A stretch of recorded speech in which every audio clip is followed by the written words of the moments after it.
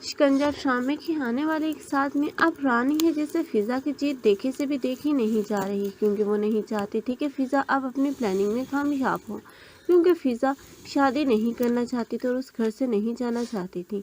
लेकिन अब ये रानी थी जो चाहती थी कि वो अपनी नंदू का बोझ अपने सर से उतार दे। अब तो उसने कसम उठा ली है कि वो इन दोनों को जलील और रुस्वा करके अपने घर से निकालेगी। लेकिन अब साकिब को तो वो अपने शिकंजे में फंसा ही चुकी है, और साकिब है जिसे अपनी बीवी से हटकर कुछ दिखाई नहीं दे रहा।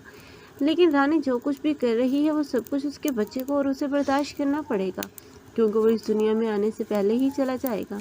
रानी को तब भी एहसास नहीं होगा, तब भी वो सारे का सारा मलबा इसी रिदा और फिज़ा पर गिराएगी, और ये बात साकिब के सामने साबित कर देगी कि ये तुम्हारी बहनों की लापरवाही के साथ की वजह से ये सब कुछ मेरे साथ हुआ है। जिसके बाद साकिब है जो कि बहुत ही ज़्यादा गुस्से में आ जाएगा, और वो एक भी नहीं सुनेगा अपनी बहनों की, और उन दोनों को घर से निकालने की कोशिश करता हुआ नजर आएगा।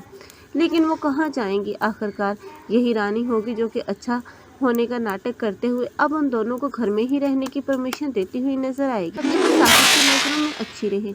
और साकिब होगा जो कि अब एक मर्तबा फिर से रानी के एहसानात जतलाएगा इन दोनों बहनों को।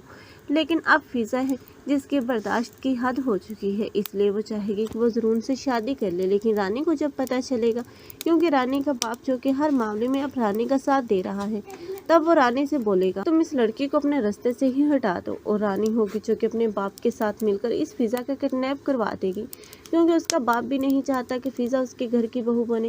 इस तरह फिज़ा तो रास्ते से हट ही जाएगी, लेकिन रिदा है जिसे धक्के देकर घर से निकाला जाएगा, और इसे बोला जाएगा कि तुम्हारा ठिकाना अब पागल खाना है। लेकिन अरहम और पप्पू हैं जो कि अब रिदा को अपने घर में अपना देंगे।